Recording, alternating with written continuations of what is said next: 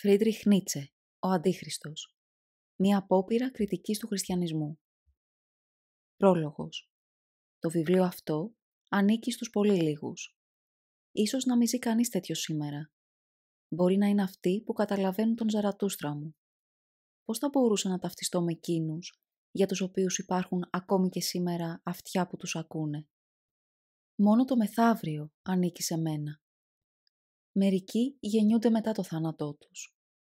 Γνωρίζω καλά τις συνθήκες κάτω από τις οποίες μπορώ να γίνω κατανοητός και επομένως κατά ανάγκη κατανοητός.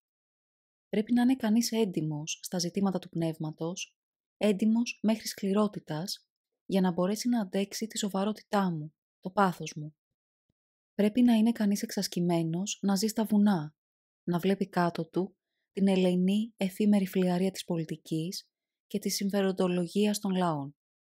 Πρέπει να έχει γίνει κανείς αδιάφορος, να μην ρωτά αν η αλήθεια είναι χρήσιμη ή αν μπορεί να αποβεί μοιραία για κάποιον.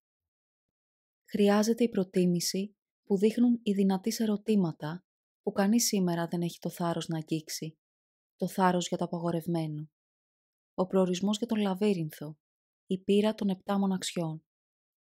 Καινούρια αυτιά για καινούρια μουσική, καινούρια μάτια για αυτό που βρίσκεται πιο μακριά από κάθε τι άλλο. Μια καινούρια συνείδηση για αλήθειες που ήταν βουβές μέχρι σήμερα. Και η θέληση να υιοθετήσουμε την οικονομία του μεγάλου στυλ, να κρατήσουμε τη δύναμή του, τον ενθουσιασμό του, τον αυτοσεβασμό του, την αγάπη για τον εαυτό του, την απεριόριστη ελευθερία απέναντι στον εαυτό του. Μόνο τέτοιοι άνθρωποι είναι οι αναγνώστες μου, σωστοί αναγνώστες μου. Μόνο τέτοιοι προορίζονται για αναγνώστες μου. Τι με ενδιαφέρει το υπόλοιπο? Αυτό δεν είναι παρά η ανθρωπότητα. Πρέπει να είναι κανείς πάνω από την ανθρωπότητα, σε δύναμη, σε ανωτερότητα ψυχής, σε περιφρόνηση. Ας δούμε τον εαυτό μας κατά πρόσωπο. Είμαστε υπερβόροι. Ξέρουμε καλά πόσο παράμερα ζούμε. Ούτε στη στεριά, ούτε στη θάλασσα θα βρεις το δρόμο για τους υπερβόρειους. Αυτό το ήξερε από τότε ο Πίνταρος για εμάς. Πέρα από το βορρά, τους πάγους, το θάνατο, η ζωή μας, η ευτυχία μας. Ανακαλύψαμε την ευτυχία. Ξέρουμε το δρόμο. Βρήκαμε την έξοδο μέσα από το λαβύρινθο χιλιάδων χρόνων. Ποιος άλλος τον βρήκε? Ο σύγχρονος άνθρωπος μήπως? Δεν ξέρω ούτε να μπω ούτε να βγω. Είμαι ό,τι δεν ξέρει ούτε να μπει ούτε να βγει, κλαίγεται ο σύγχρονος άνθρωπος. Αυτός ο νεωτερισμός ήταν η αρρώστια μας. Νοθρή ειρήνη, δειλός συμβιβασμός, ολόκληρη η ενάρετη ακαθαρσία του σύγχρονου ναι και όχι. Αυτή η ανοχή και η ευρυχωρία της καρδιάς, που συγχωρεί τα πάντα επειδή κατανοεί τα πάντα, είναι σιρόκος για μας. Καλύτερα να ζούμε στους πάγους, παρά ανάμεσα στις σύγχρονες αρετές και τους άλλους νοτιάδες. Ήμασταν αρκετά θαραλέοι. Δεν σπαταλήσαμε ούτε τους εαυτούς μας, ούτε τους άλλους. Για πολύ καιρό όμως, δεν ξέραμε πού να στρέψουμε το θάρρος μας. Γίναμε κατσούφιδες και μας ονόμασαν μοιρολάτρες. Η μοίρα μας ήταν η αυθονία, το τέντομα, η συγκέντρωση των δυνάμεων. Διψούσαμε για κεραυνό και έργα. Μέναμε πολύ μακριά από την ευτυχία των αδύναμων, από την παραίτηση. Στον αέρα μας κυμάτιζε μια καταιγίδα. Η φύση που ήμασταν εμείς σκοτίνιαζε, επειδή δεν βλέπαμε δρόμο. Συνταγή για την ευτυχία μας, ένα ναι, ένα όχι, μια ευθεία γραμμή, ένα σκοπός. Τι είναι καλό? Ό,τι υψώνει στον άνθρωπο το αίσθημα της δύναμης, τη θέληση για απόκτηση δύναμης, την ίδια τη δύναμη. Τι είναι κακό? Ό,τι γεννιέται από την αδυναμία. Τι είναι ευτυχία? Το αίσθημα ότι η δύναμη μεγαλώνει, ότι μία αντίσταση εξουδετερώνεται. Όχι ικανοποίηση με ό,τι έχουμε, αλλά περισσότερη δύναμη. Όχι ειρήνη εν γέννη, αλλά πόλεμο. Όχι αρετή, αλλά επιδεξιότητα. Αρετή σύμφωνα με το στυλ της αναγέννησης. Αρετή ελεύθερη από κάθε υποκρισία σε θέματα ηθικής. Οι αδύναμοι και οι αποτυχημένοι πρέπει να λείψουν. Είναι η πρώτη αρχή της δικής μας αγάπης για τον άνθρωπο και θα τους βοηθήσουμε σε αυτό. Τι είναι πιο θλιβερό από οποιοδήποτε ελάττωμα? Η ενεργό συμπόνια όλων των αποτυχημένων και των αδύναμων. Ο χριστιανισμός. Το πρόβλημα που θέτω εδώ δεν είναι τι θα διαδεχθεί την ανθρωπότητα στην ακολουθία των όντων. Ο άνθρωπος είναι ένας σκοπός. Αλλά ποιον τύπο ανθρώπου πρέπει να αναθρέψουμε, πρέπει να θελήσουμε, επειδή θα έχει μεγαλύτερη αξία, θα είναι πιο άξιος να ζει, θα έχει πιο σίγουρο μέλλον. Ακόμη και στο παρελθόν, αυτός ο τύπος εμφανίστηκε συχνά, αλλά ως τυχαίο συμβάν, ως εξαίρεση, ποτέ ως ηθελημένος τύπος. Στην πραγματικότητα ήταν ο πιο επίφοβος τύπος και εξαιτίας του φόβου αναζητήθηκε, ανατράφηκε και πραγματοποιήθηκε ο αντίθετος τύπος, το κατοικίδιο ζώο, το ζώο του κοπαδιού, το άρρωστο ανθρώπινο ζώο, ο χριστιανός. Η ανθρωπότητα δεν αντιπροσωπεύει μια εξέλιξη προς κάτι καλύτερο ή ισχυρότερο ή ανώτερο, όπως πιστεύουν οι περισσότεροι σήμερα. Η πρόοδος είναι απλώς μια σύγχρονη ιδέα, δηλαδή μια κύβδηλη ιδέα. Ο σημερινός Ευρωπαίος είναι πολύ κατώτερος σε αξία από τον Ευρωπαίο της αναγέννησης. Περαιτέρω ανάπτυξη δεν σημαίνει αναγκαστικά άνοδος, εξύψωση, δυνάμωμα. Με μία άλλη έννοια, συναντάμε συνεχώς την επιτυχία, σε μεμονωμένες περιπτώσεις, στα πιο ανώμια μέρη και πολιτισμούς της γης. Εδώ πράγματι βρίσκουμε έναν ανώτερο τύπο, που είναι σε σχέση με το σύνολο της ανθρωπότητας ένα είδος υπεράνθρωπου. Τέτοιες τυχαίες περιπτώσεις μεγάλης επιτυχίας συνέβαιναν πάντα και ίσως να συμβαίνουν πάντα. Ακόμη και ολόκληρα φύλλα, φυλές ή λαοί μπορούν στην κατάλληλη περίπτωση να γίνουν ένας τέτοιος τυχερός λαχνός. Δεν πρέπει να εξοραίζουμε και να καλοπίζουμε τον χριστιανισμό. Εξαπέλυσε πόλεμο μέχρι θανάτου εναντίον αυτού του ανώτερου τύπου ανθρώπου. Καταδίκασε όλα τα θεμελιώδη ένστικτα του τύπου αυτού και διηλίζοντας αυτά τα ένστικτα έβγαλε το κακό, το χειρότερο κακό, τον δυνατό άνθρωπο ως τυπικό παράδειγμα προς απόρριψη, τον διεφθαρμένο άνθρωπο. Ο χριστιανισμός πήρε το μέρος όλων των αδύναμων, των παρακατιανών, των αποτυχημένων. Έκανε ιδανικό τον λόγο των πνευματικά ισχυρότερων, διδάσκοντας ότι οι ανώτερες αξίες του πνεύματος είναι κάτι αμαρτωλό, κάτι παραπλανητικό, πειρασμοί. Το πιο θλιβερό παράδειγμα, η διαφθορά του Πασκάλ, που πίστευε ότι ο λόγος του είχε διαφθαρεί από το προπατορικό αμάρτημα, ενώ είχε διαφθαρεί μόνο από τον χριστιανισμό του. Ένα οδυνηρό, φρικτό θέαμα παρουσιάστηκε μπροστά στα μάτια μου. Τράβηξα την κουρτίνα που έκρυβε τη διαφθορά του ανθρώπου. Στο στόμα μου, η λέξη αυτή είναι τουλάχιστον προφυλαγμένη από την εξής υποψία: ότι περιέχει μια ηθική μομφή εναντίον του ανθρώπου. Η λέξη, ας το τονίσω για μία ακόμη φορά, είναι απαλλαγμένη από κάθε υποκρισία σε θέματα ηθικής. Και τούτο, στο βαθμό που αισθάνομαι αυτή τη διαφορά, πιο πολύ ακριβώς εκεί όπου οι άνθρωποι επιδίωκαν μέχρι σήμερα, πιο συνειδητά την αρετή, τη θεοσέβεια. Όπως τα μαντέψατε, παίρνω τη διαφθορά με την έννοια της παρακμής. Πιστεύω ότι όλες οι αξίες, στις οποίες συνοψίζει σήμερα η ανθρωπότητα τις ανώτερες επιθυμίες της, είναι αξίες παρακμής. Αποκαλώ ένα ζώο, ένα είδος ή ένα άτομο διεφθαρμένο, όταν χάνει τα ενστικτά του, όταν διαλέγει, όταν προτιμά ό,τι είναι επιζήμιο γι' αυτό. Μια ιστορία των υψηλότερων αισθημάτων, των ιδανικών της ανθρωπότητας, και είναι πιθανό να χρειαστεί να σας την διηγηθώ, θα εξηγούσε σχεδόν πλήρως γιατί ο άνθρωπος είναι τόσο διεφθαρμένος. Η ίδια η ζωή είναι για μένα το ένστικτο για ανάπτυξη, για διάρκεια, για συγκέντρωση των δυνάμεων, για δύναμη. Εκεί όπου λείπει θέληση για απόκτηση δύναμης, υπάρχει ξεπεσμός. Πιστεύω ότι από όλες τις υψηλές αξίες της ανθρωπότητας λείπει αυτή η θέληση. Πιστεύω ότι κάτω από τα πιο άγια ονόματα βασιλεύουν παρακμιακές, μηδενιστικές αξίες. Ο χριστιανισμός ονομάζεται θρησκεία της ευσπλαχνίας. Η ευσπλαχνία έρχεται σε αντίθεση προς τα τονωτικά συναισθήματα που αυξάνουν τη ζωτικότητά μας. Προκαλεί κατάπτωση. Χάνουμε δύναμη όταν νιώθουμε ευσπλαχνία.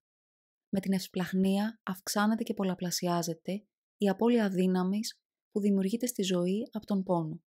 Η ευσπλαχνία κάνει μεταδοτικό τον πόνο.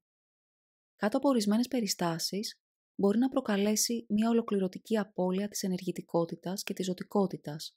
Απώλεια παράλογη, αν τη συγκρίνει κανείς με το μέγεθος της αιτίας.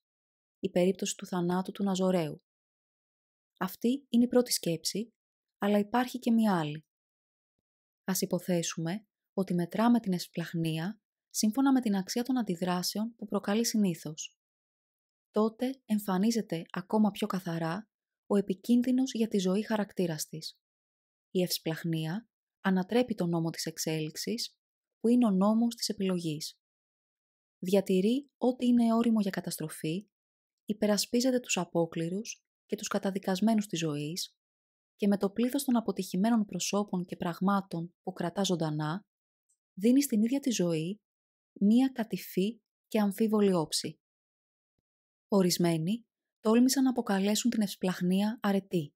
Από κάθε ευγενή ηθική θεωρείται αδυναμία.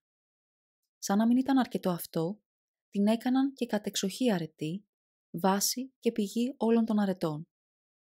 Δεν πρέπει όμως ποτέ να ξεχνάμε ότι αυτό έγινε από την σκοπιά μιας φιλοσοφίας που ήταν μηδενιστική, που είχε ζωγραφισμένη στο θηρεό της την άρνηση της ζωής. Ο Σοπενάουερ είχε δίκιο.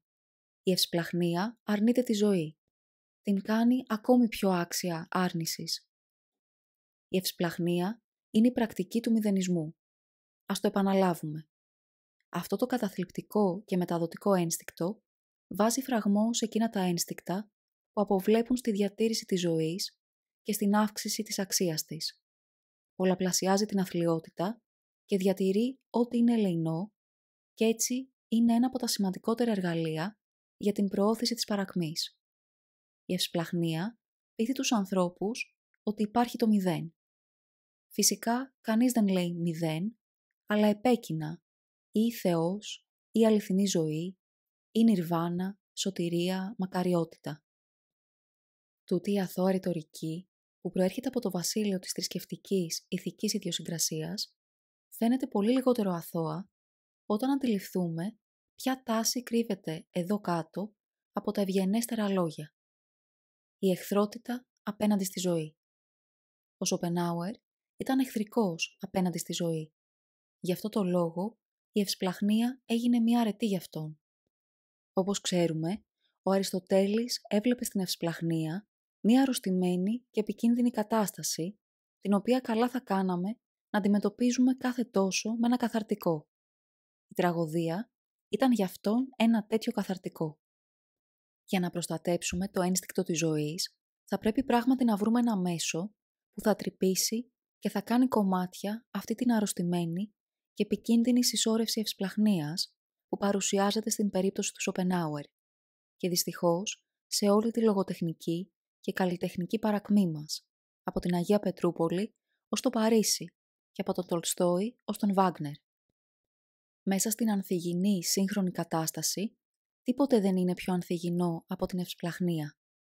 Να γίνουμε γιατροί σε αυτή την περίπτωση, να γίνουμε ανελαίτοι, να βάλουμε τον ιστέρι.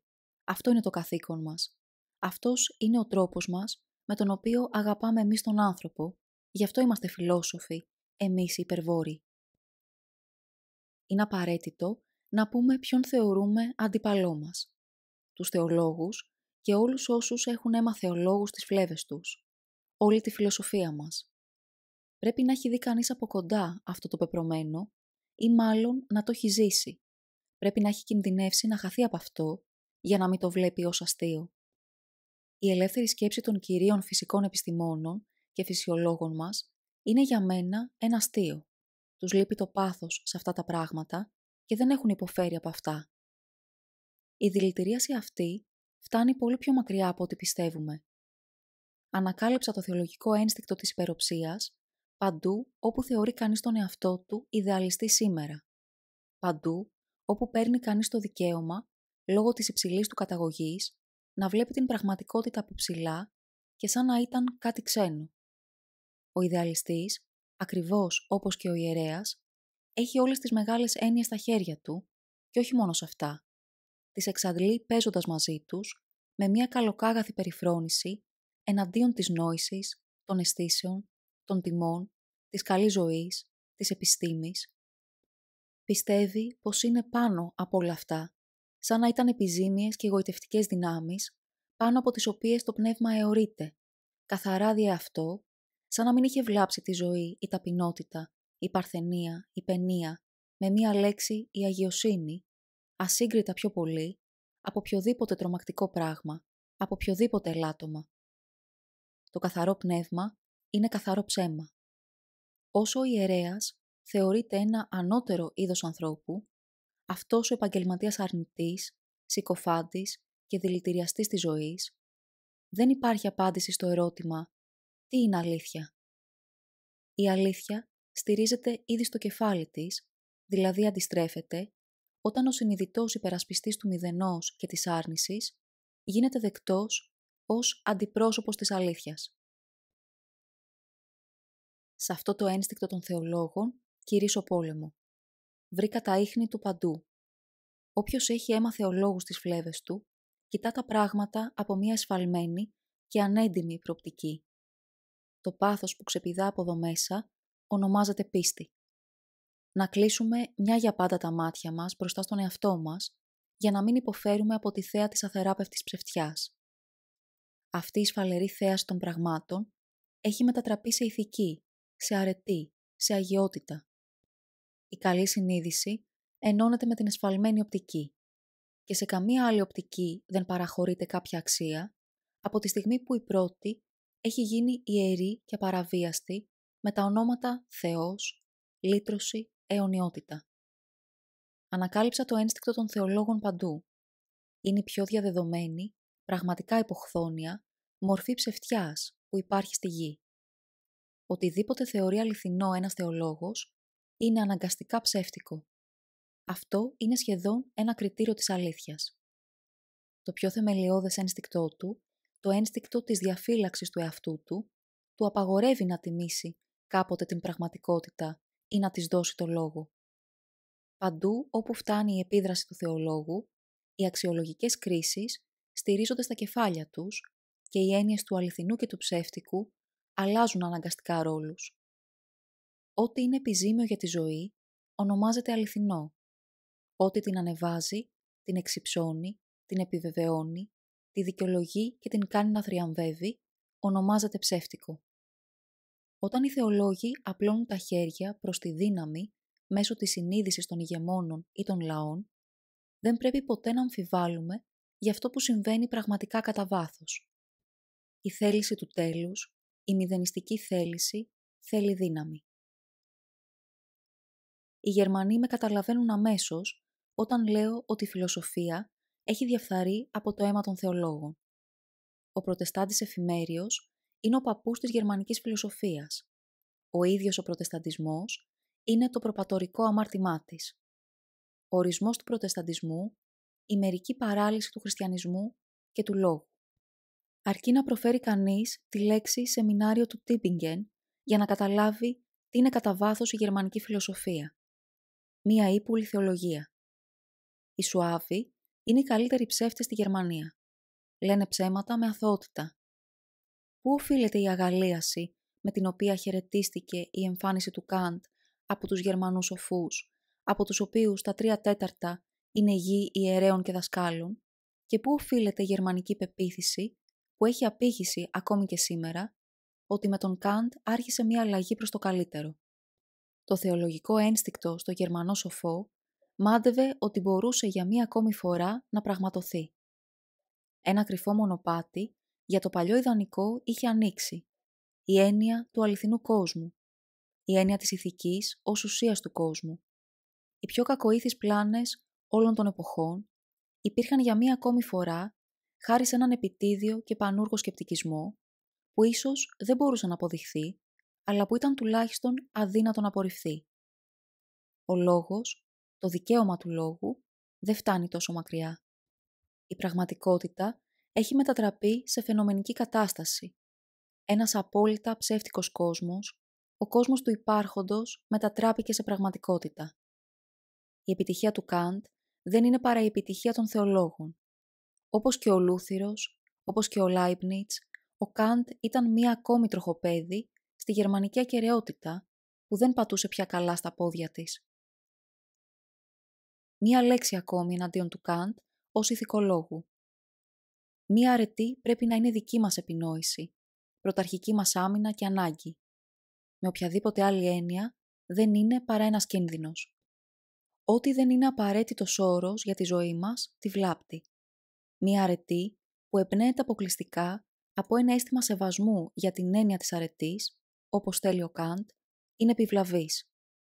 Η αρετή, το καθήκον, το καλό καθεαυτό, το καλό που είναι απρόσωπο και καθολικά έγκυρο, χήμερες με τις οποίες εκφράζεται η παρακμή, η έσχατη εξουθένωση της ζωής, η κινέζικη περίοδος του Κένιγκσμπεργκ. Οι θεμελιώδεις νόμοι της αυτοδιατήρησης και της ανάπτυξης απαιτούν το αντίθετο. Να επινοεί ο καθένας τη δική του αρετή, τη δική του κατηγορική επιταγή. Ένας λαός βουλιάζει όταν συγχέει το καθήκον του με το καθήκον γενικά. Τίποτα δεν καταστρέφει πιο βαθιά, πιο ειλικρινά, από κάθε απρόσωπο καθήκον, από κάθε θυσία στον μολόχ της αφαίρεσης. Πώς είναι δυνατόν να μην νιώσει κανείς πόσο επικίνδυνη είναι για την ίδια τη ζωή η κατηγορική επιταγή του Καντ? Μόνο το ένστικτο των θεολόγων μπόρεσε να την πάρει υπό την προστασία του. Μία ενέργεια που επιτάσσεται από το ένστικτο της ζωής αποδεικνύεται ορθή από τη χαρά που τη συνοδεύει. Και τούτος ο μηδενιστής, με τα χριστιανικά και δογματικά σπλάχνα, θεωρούσε τη χαρά ελάττωμα. Τι μπορεί να μας καταστρέψει πιο γρήγορα από το να εργαζόμαστε, να σκεπτόμαστε και να αισθανόμαστε, χωρίς καμία εσωτερική αναγκαιότητα, χωρίς μια βαθιά προσωπική επιλογή, χωρίς χαρά, όπως ένα αυτόματο του καθήκοντος. Αυτή είναι η γνήσια συνταγή για την παρακμή, ακόμη και για την ηλιθιότητα. Ο Καντ κατέληξε ηλίθιος. Και αυτός ο άνθρωπος ήταν σύγχρονος του Γκέτε. Αυτή η καταστρεπτική αράχνη θεωρήθηκε ο κατεξοχήν Γερμανός φιλόσοφος, και αυτό ισχύει ακόμα. Επιφυλάσσουμε να πω τι σκέφτομαι για τους Γερμανούς. Ο Καντ δεν έβλεπε τη Γαλλική Επανάσταση ως πέρασμα από την ανόργανη μορφή του κράτους στην οργανική. Δεν διερωτήθηκε αν υπάρχει ένα συμβάν που θα μπορούσε να εξηγηθεί μόνο από την ηθική προδιάθεση της ανθρωπότητας, ένα συμβάν που θα αποδείκνυε μια για πάντα την τάση της ανθρωπότητας προς το καλό. Η απάντηση του Καντ είναι η Επανάσταση. Το ένστικτο που σφάλισε όλα. Η αντιφύση ως ένστικτο. Η γερμανική παρακμή ως φιλοσοφία. Αυτός είναι ο Καντ. Εξαιρώ λίγους σκεπτικιστές, τον ευπρεπή τύπο στην ιστορία της φιλοσοφίας. Οι υπόλοιποι απλώς αγνοούν τις θεμελιώδεις απαιτήσεις της πνευματικής εντιμότητας. Όλοι αυτοί οι μεγάλοι ονειροπόλοι, τα τέρατα, συμπεριφέρονται σαν τις γυναικούλες. Παίρνουν τα ωραία αισθήματα σχεδόν για κατάλληλα επιχειρήματα, το φουσκωμένο στήθος για φυσερό της θείας φύσης και την πίστη για κριτήριο της αλήθειας. Στο τέλος, ο Καντ προσπάθησε, με γερμανική αθωότητα, να δώσει επιστημονική βάση σε αυτή τη διαφθορά, σε αυτή την έλλειψη οποιασδήποτε πνευματικής συνείδησης, με την έννοιά του πρακτικού λόγου. Επινόησε ένα ιδιαίτερο είδος λόγου, για περιπτώσεις τις οποίες δεν πρέπει να απασχολείται κανείς με το λόγο. Δηλαδή όταν η ηθική, όταν η υπέρτατη προσταγή οφείλης υψώνει τη φωνή της. Αν λάβουμε υπόψη μας ότι σε όλους σχεδόν τους λαούς ο φιλόσοφος είναι απλώς η περαιτέρω εξέλιξη του ιερατικού τύπου, τότε αυτή η κληρονομιά του ιερέα, αυτή η πλαστογραφία που αυταπατάται, πάβει να προκαλεί έκπληξη. Όταν έχει κανείς ιερά καθήκοντα, όπως παραδείγματος χάρη να κάνει καλύτερους τους ανθρώπους, να τους σώσει ή να τους λυτρώσει, όταν έχει μέσα στο στήθος του το Θεό και είναι φερέφωνο εντολών από το επέκεινα, με μια τέτοια αποστολή, ένας άνθρωπος τοποθετείται έξω από όλες τις αξιολογήσεις, που απλώς συμφωνούν με τη λογική. Αυτός ο ίδιος καθαγιάζεται από αυτή την αποστολή. Αυτός ο ίδιος είναι ένας τύπος ανώτερης βαθμίδας. Τι είναι η επιστήμη για τον ιερέα? Αυτός βρίσκεται πάνω από αυτήν. Και ο ιερέας είναι εκείνος που βασιλεύει μέχρι σήμερα. Καθορίζει την έννοια του αληθινού και του ψεύτικου. Ας μην υποτιμήσουμε τούτο. Εμείς οι ίδιοι, εμείς τα ελεύθερα πνεύματα, είμαστε ήδη μία επαναξιολόγηση όλων των αξιών. Μία προσωποποιημένη διακήρυξη πολέμου και θριάμβου πάνω σε όλες τις παλιές αντιλήψεις για το αληθινό και το αναληθές. Οι πιο πολύτιμες συλλήψεις αποκαλύφθηκαν τελευταίως. Αλλά οι πιο πολύτιμες συλλήψεις είναι οι μέθοδοι. Όλες οι μέθοδοι, όλες οι προϋποθέσεις της τωρινής επιστημονικής οπτικής είχαν εναντίον τους για χιλιάδες χρόνια την πιο βαθιά περιφρόνηση. Για χάρη τους, άνθρωποι από τη συντροφιά έντιμων ανθρώπων θεωρήθηκαν εχθροί του Θεού, καταφρονητές της αλήθειας και δαιμονισμένοι. Όποιος είχε κλείσει προς την επιστήμη ήταν τσαντάλα.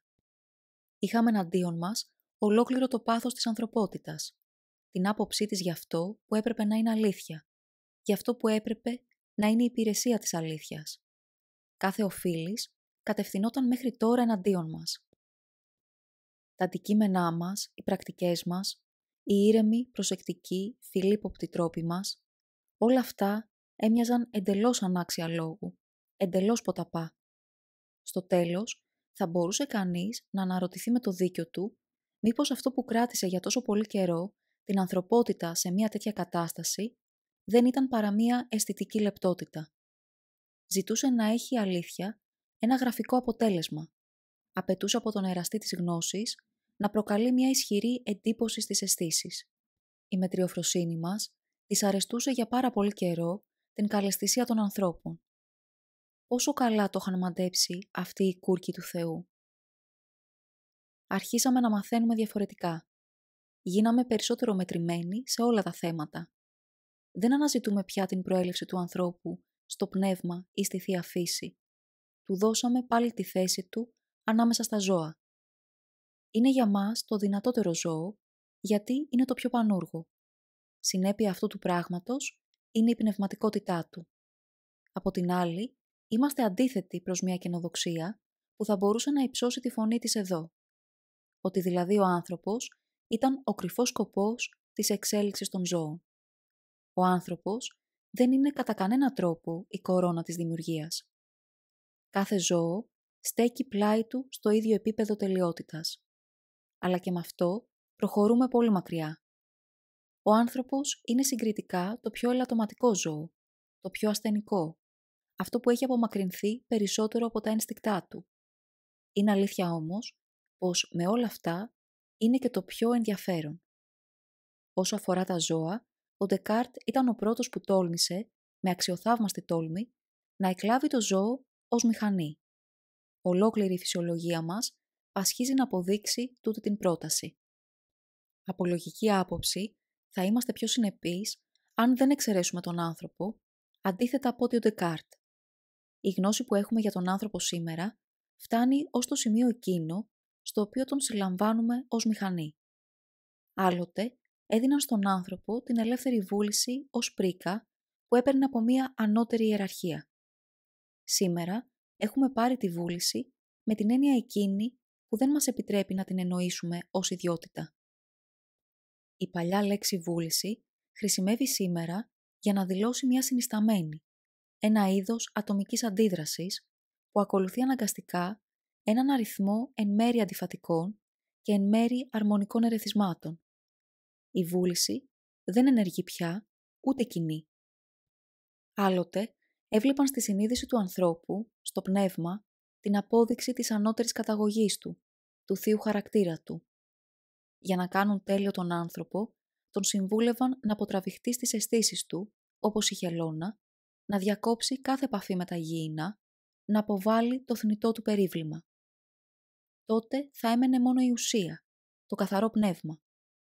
Και εδώ έγινε αναθεώρηση. Η ανάπτυξη της συνείδησης, το πνεύμα, δεν είναι για μας παρά σύμπτωμα της σχετικής ατέλειας του οργανισμού. Είναι απόπειρα, ψηλάφιση, σκόνταμα, κόπος που χρησιμοποιεί ανώφελα πολύ νευρική ενέργεια. Απορρίπτουμε την άποψη ότι κάτι μπορεί να γίνει τέλειο αρκεί να γίνεται συνειδητά. Το καθαρό πνεύμα είναι καθαρή βλακεία. Αν αφαιρέσουμε το νευρικό σύστημα και τις αισθήσεις, το θνητό περίβλημα, τότε κάνουμε λάθος στους υπολογισμούς μας και τίποτα παραπάνω. Στον χριστιανισμό, ούτε η ηθική, ούτε η θρησκεία έχουν κάποια σημεία επαφής με την πραγματικότητα. Τίποτε άλλο εκτός από φανταστικά αίτια, Θεός, ψυχή, εγώ, πνεύμα, ελεύθερη βούληση ή και ανελεύθερη βούληση, τίποτε άλλο εκτός από φανταστικά αποτελέσματα, αμαρτία, λύτρωση, χάρη, τιμωρία, άφεση των αμαρτιών. Σχέσεις μεταξύ φανταστικών όντων, Θεός, πνεύματα, ψυχές, μία φανταστική φυσική επιστήμη, ανθρωποκεντρική, απόλυτη έλλειψη της έννοιας των φυσικών αιτίων, μία φανταστική ψυχολογία, τίποτε άλλο εκτός από αυτοπαρεξηγήσεις, ερμηνείες ευχάριστων ή δυσάρεστων γενικών αισθημάτων με τη βοήθεια της συνθηματικής γλώσσας της θρησκευτικο-ηθικής ιδιοσυγκρασίας, μεταμέλεια, τύψη συνειδήσεως, πειρασμός από το διάβολο, παρουσία του Θεού. Μία φανταστική τελεολογία, βασιλεία του Θεού, έσχατη κρίση, αιώνια ζωή. Τούτος ο καθαρά φανταστικός κόσμος είναι πολύ κατώτερος από τον κόσμο των ονείρων, στο μέτρο που ο τελευταίος αντικατοπτρίζει την πραγματικότητα, ενώ ο πρώτος την παραποιεί, την υποτιμά και την αρνείται. Από τη στιγμή που επινοήθηκε η έννοια φύση, ως αντίθετο του Θεού, το φυσικό έγινε συνώνυμο του αξιοκατάκριτου. Ολόκληρος ο φανταστικός αυτός κόσμος ριζώνει στο μίσος για το φυσικό, για την πραγματικότητα. Είναι η έκφραση της βαθιάς δυσαρέσκειας που προκαλείται από την πραγματικότητα. Αλλά αυτό εξηγεί τα πάντα. Ποιος έχει λόγους να ξεφύγει από την πραγματικότητα με ένα ψέμα? Εκείνος που υποφέρει από αυτήν. Αλλά το να υποφέρεις από την πραγματικότητα σημαίνει ότι είσαι μια αποτυχημένη πραγματικότητα. Η υπεροχή των αισθημάτων δυσαρέσκειας έναντι των αισθημάτων ευχαρίστησης είναι η αιτία αυτής της πλασματικής ηθικής και θρησκείας. Αλλά τούτη η υπεροχή δίνει τη συνταγή της παρακμής. Στο ίδιο συμπέρασμα μας οδηγεί μια κριτική της χριστιανικής αντίληψης του Θεού. Ένας λαός που πιστεύει ακόμη στον εαυτό του έχει το δικό του Θεό. Σε αυτόν τιμά τις συνθήκες που τον κάνουν να επικρατεί, τις αρετές του. Ο λαός προβάλλει την ευχαρίστηση που νιώθει για τον εαυτό του, το αίσθημά του της δύναμης, σε ένα όν, στο οποίο μπορεί κανείς να προσφέρει ευχαριστίες. Όποιος είναι πλούσιος, θέλει να δώσει. Ένας περήφανος λαός χρειάζεται έναν Θεό. Θέλει να προσφέρει θυσίες. Κάτω από αυτές τις συνθήκες, η θρησκεία είναι μία μορφή ευγνωμοσύνης. Ο άνθρωπος χρειάζεται έναν Θεό επειδή είναι ευγνώμων προς τον εαυτό του. Ένας τέτοιος Θεός πρέπει να μπορεί να βοηθήσει και να βλάψει. Πρέπει να μπορεί να είναι φίλος και εχθρός. Τον θαυμάζουν στο καλό και στο κακό. Ο αφύσικος ακροτηριασμός ενός Θεού, έτσι ώστε να γίνει ένας Θεός του καλού μόνο, βρίσκεται εδώ έξω από οτιδήποτε θα μπορούσε να επιθυμήσει κανείς. Ο κακός Θεός χρειάζεται εξίσου με τον καλό. Δεν οφείλουμε άλλωστε την ύπαρξή μας στην ανοχή και στη φιλανθρωπία. Τι σημασία θα έχει ένας Θεός που δεν θα ήξερε τίποτα από οργή, εκδίκηση, φθόνο, περιφρόνηση, δόλο και βία, που θα αγνοούσε το γοητευτικό ξέσπασμα της νίκης και της εκμηδένησης? Κανείς δεν θα καταλάβαινε ένα τέτοιο Θεό. Γιατί λοιπόν να τον έχουμε? Είναι σίγουρο πως όταν ένας λαός χάνεται, όταν νιώθει να σβήνει οριστικά η πίστη του στο μέλλον και η ελπίδα του για ελευθερία, όταν αρχίζει να βλέπει την υποταγή ως πρώτη αναγκαιότητα, όταν οι αρετές του υποταγμένου εισχωρούν στη συνείδησή του ως αναγκαίοι όροι της διατήρησής του, τότε ο Θεός του πρέπει να αλλάξει. Τώρα καταντάει δειλώς, άτολμος και συμμαζεμένος. Συνιστά η ειρήνη της ψυχής, όχι άλλο μίσος, επίοικια, αγάπη προς τους φίλους και τους εχθρούς. Ηθικολογεί συνεχώς, σέρνεται μέσα στη φωλιά κάθε ιδιωτικής αρετής, γίνεται Θεός για τον καθένα, γίνεται ένα ιδιωτικό πρόσωπο, ένας κοσμοπολίτης. Άλλοτε αντιπροσώπευε έναν λαό, τη δύναμη ενός λαού. Ό,τι επιθετικό και διψασμένο για δύναμη υπήρχε στην ψυχή ενός λαού. Τώρα είναι απλώς ο καλός Θεός. Πράγματι, δεν υπάρχει άλλη εκλογή για τους θεούς. Ή ενσαρκώνουν τη θέληση για δύναμη και παραμένουν θεοί ενός λαού, ή ενσαρκώνουν την αδυναμία για απόκτηση δύναμης και γίνονται αναγκαστικά καλοί. Όπου και με οποιαδήποτε μορφή μειώνεται η θέληση για δύναμη, εκεί υπάρχει πάντα μια φυσιολογική οπισθοδρόμηση και μια παρακμή. Η θεότητα της παρακμής, περιτμημένη στις πιο αντρίκες της αρετές και στα πιο αντρίκια της ένστικτα, γίνεται κατά ανάγκη ο Θεός εκείνων που βρίσκονταν σε μια κατάσταση φυσιολογικής οπισθοδρόμησης, ο Θεός των αδύναμων. Φυσικά, αυτοί δεν αποκαλούν τους εαυτούς τους αδύναμους, τους αποκαλούν καλούς. Καταλαβαίνει κανείς, χωρίς να χρειάζεται υπόδειξη, σε ποιες στιγμές της ιστορίας μπόρεσε για πρώτη φορά να υλοποιηθεί το δειστικό, φανταστικό πλάσιμο ενός καλού και ενός κακού Θεού. Το ίδιο ένστικτο που παρακινεί τους υποταγμένους να κατεβάσουν το Θεό τους στο επίπεδο του καλού καθεαυτού, τους παρακινεί να αφαιρέσουν όλες τις καλές ιδιότητες από το Θεό των κατακτητών τους. Παίρνουν εκδίκηση από τους αφέντες τους, μετατρέποντας τον Θεό των τελευταίων σε διάβολο. Ο καλός Θεός και ο διάβολος. Δύο εξαμβλώματα της παρακμής. Πώς είναι δυνατόν να ενδίδει κανείς σήμερα στην απλοϊκότητα των χριστιανών θεολόγων, μέχρι σημείου να επιμένει μαζί τους ότι η εξέλιξη της έννοιας του Θεού από το Θεό του Ισραήλ, το Θεό ενός λαού, στο χριστιανικό Θεό, την πεμπτουσία όλων των καλών, αντιπροσωπεύει πρόοδο. Ακόμη και ο Ρενάν όμως το κάνει αυτό.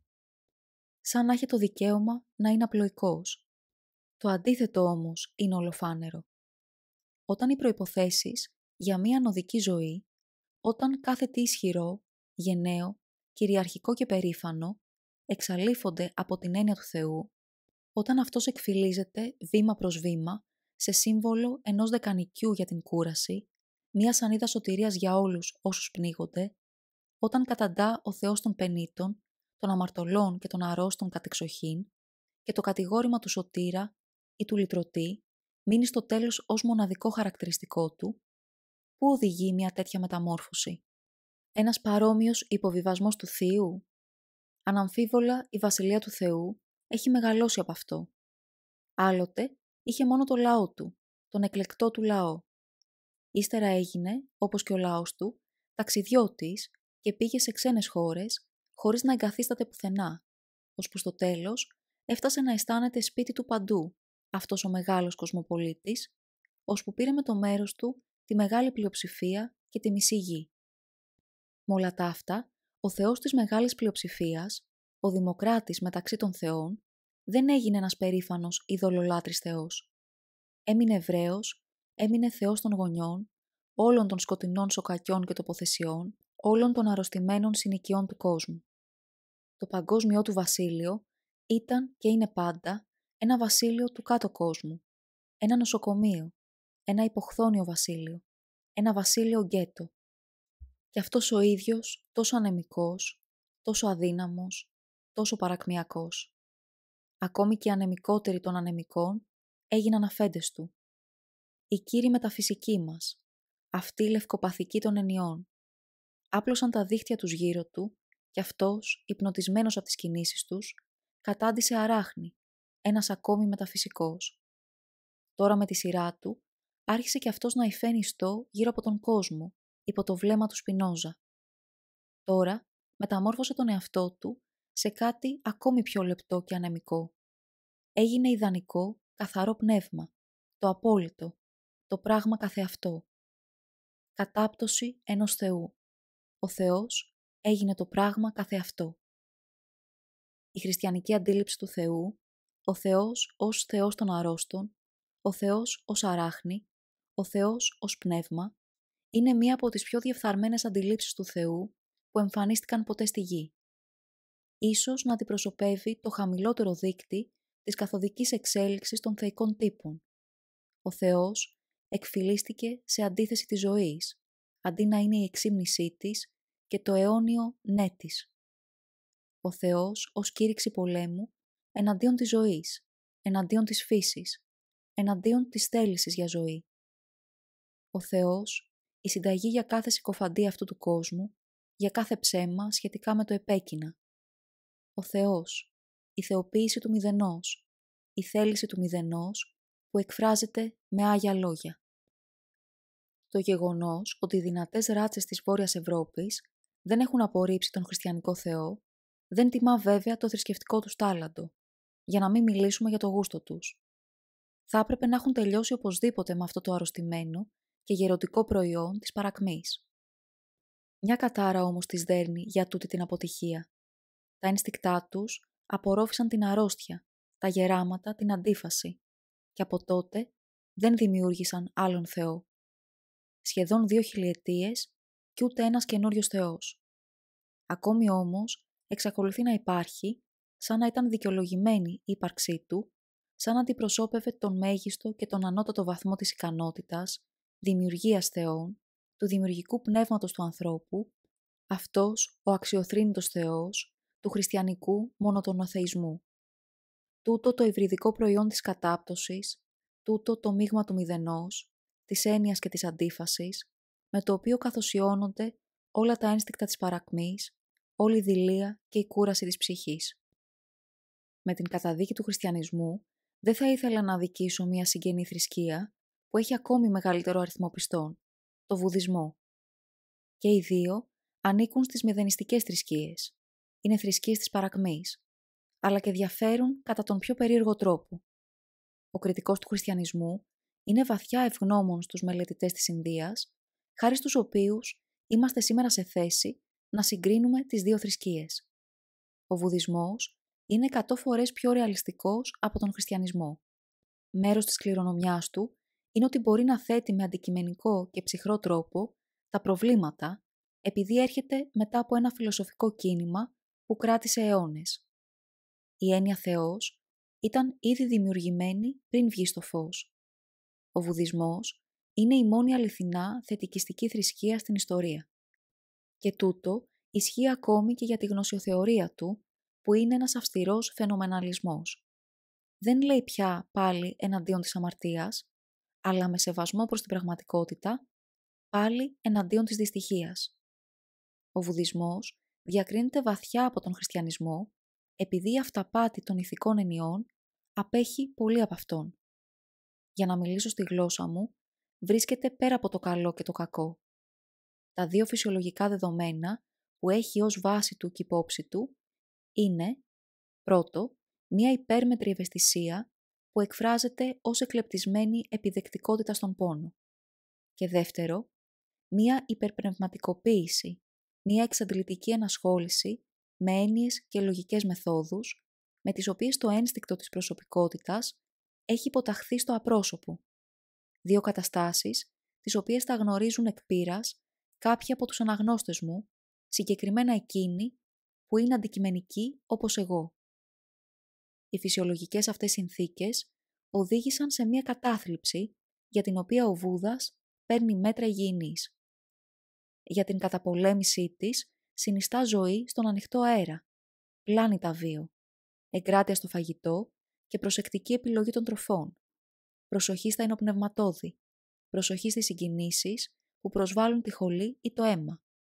Καμία έγνοια ούτε για τον εαυτό μας, ούτε για τους άλλους. Συνιστά παραστάσεις που είναι είτε καταπραϊντικές, είτε παρηγορητικές. Βρίσκει μέσα για να αποκόβεται κανείς από τους άλλους. Θεωρεί την καλοσύνη, την καταδεκτικότητα, ευνοϊκή για την υγεία. Η προσευχή αποκλείεται, όπως και ο ασκητισμός. Δεν υπάρχει καμία κατηγορική επιταγή, κανένας καταναγκασμός, ούτε και σε αυτές τις μοναστικές κοινωνίες. Μπορεί κανείς να φύγει από εκεί όποτε θέλει. Όλα αυτά είναι μέσα για να ενισχυθεί η ευαισθησία που αναφέραμε.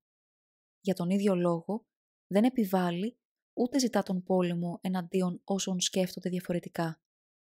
Δεν υπάρχει τίποτε στο οποίο να εναντιώνεται η διδασκαλία του, περισσότερο από το αίσθημα της εκδίκησης, της αποστροφής, της μνησικακίας. Η έχθρα δεν λύνεται με την έχθρα, είναι η συγκλονιστική επωδός ολόκληρου του βουδισμού. Και εδώ έχει απόλυτο δίκιο. Σχετικά με τον κύριο σκοπό, το διαιτητικό, οι συγκινήσεις αυτές θα ήταν εντελώς ανθυγιεινές. Καταπολεμά την πνευματική εξάντληση που εκδηλώνεται με μια υπέρμετρη αντικειμενικότητα, δηλαδή με την απώλεια του ενδιαφέροντος του ατόμου για τον εαυτό του, με την απώλεια του κέντρου βάρους, του εγωισμού, με μια σκληρή προσπάθεια επιστροφής, ακόμη και των πιο πνευματικών ενδιαφερόντων, στην προσωπικότητα. Στη διδασκαλία του Βούδα, ο εγωισμός γίνεται καθήκον. Το μοναδικό απαραίτητο πράγμα, το ερώτημα πώς μπορείς να ξεφύγεις από τη δυστυχία, ρυθμίζει και οριοθετεί όλη την πνευματική δίαιτα. Θα μπορούσε ίσως κανείς να θυμηθεί εκείνον τον Αθηναίο που επίσης κήρυξε πόλεμο εναντίον του καθαρού επιστημονισμού, τον Σωκράτη που ακόμη και στο χώρο των προβλημάτων ανέβασε τον προσωπικό εγωισμό στο ύψος μιας ηθικής. Ο Βουδισμός προϋποθέτει πολύ ήπιο κλίμα, συνήθειες μεγάλης ευγένειας και ελευθεριότητας και καθόλου μιλιταρισμό. Επιπλέον, το κίνημα πρέπει να έχει ως εστία του τα ανώτερα και μάλιστα τα καλλιεργημένα κοινωνικά στρώματα. Η ηλαρότητα, η ηρεμία, η απουσία επιθυμιών είναι ο ύψιστος σκοπός και ο σκοπός επιτυγχάνεται. Ο Βουδισμός δεν είναι μια θρησκεία με την οποία αποβλέπει κανείς την τελειότητα. Η τελειότητα είναι η φυσιολογική κατάσταση. Στον χριστιανισμό, τα ένστικτα των υποταγμένων και καταπιεσμένων βγαίνουν στο προσκήνιο. Τα κατώτερα στρώματα αναζητούν σε αυτόν την σωτηρία τους. Η καζουιστική της αμαρτίας, η αυτοκριτική, η ανάκριση της συνείδησης ασκούνται εδώ ως απασχόληση, ως φάρμακο κατά της πλήξης. Η συγκινησιακή αντίδραση προς κάποιον που κατέχει τη δύναμη, τον Θεό, διατηρείται εσαΐ μέσω της προσευχής και ό,τι είναι ανώτερο θεωρείται απρόσιτο, δωρεά, χάρη. Η δημοσιότητα λείπει επίσης. Η κρυψώνα, το σκοτεινό δωμάτιο, είναι χριστιανικό. Εδώ το σώμα αντιμετωπίζεται με περιφρόνηση και η γυνή απορρίπτεται ως αισθησιασμός. Η Εκκλησία αντιτίθεται στην καθαριότητα. Το πρώτο χριστιανικό μέτρο, μετά την εκδίωξη των Μαυριτανών, ήταν το κλείσιμο των δημόσιων λουτρών, από τα οποία τα 270 ήταν μόνο στην Κόρδοβα. Χριστιανική είναι μια ορισμένη σκληρότητα απέναντι στους εαυτούς μας και στους άλλους. Χριστιανικό το μίσος εναντίον όλων όσων σκέφτονται διαφορετικά. Χριστιανική η επιθυμία καταδίωξης. Ζωφερές και διεγερτικές αντιλήψεις κυριαρχούν. Οι καταστάσεις που ποθούνται πιο πολύ, καταστάσεις που δηλώνονται με τα πιο εξαίσια ονόματα, μοιάζουν επιληπτικές. Η δίαιτα είναι κανονισμένη έτσι, ώστε να ευνοεί νοσηρά φαινόμενα και να ερεθίζει υπερβολικά τα νεύρα. Χριστιανικό τέλος είναι το μίσος προς το πνεύμα, την υπερηφάνεια, το θάρρος, την ελευθερία, την ελευθεριότητα του πνεύματος. Χριστιανικό είναι το μίσος προς τις αισθήσεις, τη χαρά των αισθήσεων, την ίδια τη χαρά. Όταν ο χριστιανισμός εγκατέλειψε το πρώτο του έδαφος, τα κατώτερα στρώματα, τον υπόκοσμο του αρχαίου κόσμου, όταν άρχισε να αναζητά τη δύναμη ανάμεσα σε βαρβαρικούς λαούς, δεν αντιμετώπιζε πια βαριεστημένους ανθρώπους, αλλά αποκτηνωμένους ανθρώπους, ανθρώπους ομούς, δυνατούς, αλλά χοντροκομμένους ανθρώπους. Εδώ, η ανικανοποίηση από τον εαυτό, ο πόνος από κάποιον, δεν οφείλονται σε μια υπέρμετρη ευαισθησία και επιδεκτικότητα στον πόνο, όπως τους βουδιστές, αλλά αντίθετα, σε μια πανίσχυρη επιθυμία πρόκλησης πόνου και έβρεσης μιας διεξόδου για τις εσωτερικές εντάσεις με εχθρικές πράξεις και ιδέες. Ο χριστιανισμός χρειαζόταν βαρβαρικές έννοιες και αξίες για να γίνει κύριος των βαρβάρων. Τέτοιες είναι η θυσία του πρωτότοκου, η πόση αίματος στη Θεία Ευχαριστία, η περιφρόνηση προς το πνεύμα και την κουλτούρα, το μαρτύριο σε όλες τις μορφές του, σωματικό και πνευματικό, και η μεγαλοπρέπεια της λατρείας. Ο Βουδισμός είναι μια θρησκεία για όριμους ανθρώπους, για μιλίχιες και ευγενικές ράτσες που έχουν αποκτήσει μια υπερπνευματικότητα και μια μεγάλη επιδεκτικότητα στον πόνο. Η Ευρώπη δεν είναι καθόλου όριμη γι' αυτά. Ο Βουδισμός είναι ένας δρόμος που τις οδηγεί πίσω στην ειρήνη και στην ηλαρότητα, σε μια δίαιτα για το πνεύμα και σε μια ορισμένη σκληραγωγία του σώματος. Ο χριστιανισμός θέλει να γίνει κύριος θηρίων. Η μέθοδός του είναι να τα κάνει άρρωστα. Η εξασθένηση είναι η χριστιανική συνταγή για την εξημέρωση, τον εκπολιτισμό. Ο Βουδισμός είναι μια θρησκεία για το τέλος και την κόπωση του πολιτισμού. Ο χριστιανισμός δεν βρίσκει αυτόν τον πολιτισμό, ίσως κάτω από ορισμένες περιστάσεις, να μπορέσει να βάλει τα θεμέλια ενός τέτοιου πολιτισμού. Ο Βουδισμός, επαναλαμβάνω, είναι 100 φορές πιο ψυχρός, πιο αληθινός, πιο αντικειμενικός. Δεν αντιμετωπίζει πια την ανάγκη να κάνει ευπαρουσίαστο τον πόνο και την επιδεκτικότητα στον πόνο, χρησιμοποιώντας την ερμηνεία της αμαρτίας. Απλώς λέει τι σκέφτεται. Υποφέρω. Για τον βάρβαρο όμως, ο πόνος καθεαυτός δεν είναι ευπαρουσίαστος. Απαιτεί μία εξήγηση πριν παραδεχτεί ότι υποφέρει. Το ένστικτό του τον σπρώχνει να αρνηθεί τον πόνο, να τον αποσιωπήσει. Εδώ η λέξη διάβολος ήταν ευλογία. Ο άνθρωπος είχε έναν πανίσχυρο και φοβερό εχθρό. Δεν χρειάζονταν να ντρέπεται που υπέφερε στα χέρια ενός τέτοιου εχθρού. Στη βάση του χριστιανισμού υπάρχουν κάποια λεπτά πράγματα που κατάγονται από την Ανατολή. Πριν απ' όλα, ξέρει ότι το αν κάτι είναι αληθινό είναι καθεαυτό εντελώς αδιάφορο, ενώ το αν πιστεύετε ή όχι πως είναι αληθινό έχει πολύ μεγάλη σημασία. Η αλήθεια και η πίστη ότι κάτι είναι αληθινό είναι δύο εντελώς χωρισμένοι κόσμοι ενδιαφέροντος, σχεδόν διαμετρικά αντίθετοι, στους οποίους πάει κανείς από εντελώς διαφορετικούς δρόμους. Να ξέρεις τούτο το πράγμα. Αυτό ήταν σχεδόν ο ορισμός του σοφού ανθρώπου στην Ανατολή. Έτσι πίστευαν οι Βραχμάνοι, έτσι πίστευε ο Πλάτων, έτσι πιστεύει κάθε σπουδαστής της εσωτερικής σοφίας. Αν παραδείγματος χάρη, κάνει ευτυχισμένους τους ανθρώπους η πίστη ότι λυτρώθηκαν από την αμαρτία, δεν είναι απαραίτητος όρος αυτού του πράγματος το ότι ο άνθρωπος είναι όντως αμαρτωλός, αλλά μόνο το ότι αισθάνεται αμαρτωλός. Και αν η πίστη είναι αυτή που χρειάζεται πριν από κάθε τι άλλο, τότε ο λόγος, η γνώση και η έρευνα πρέπει να δυσφημιστούν. Ο δρόμος για την αλήθεια γίνεται ο απαγορευμένος δρόμος.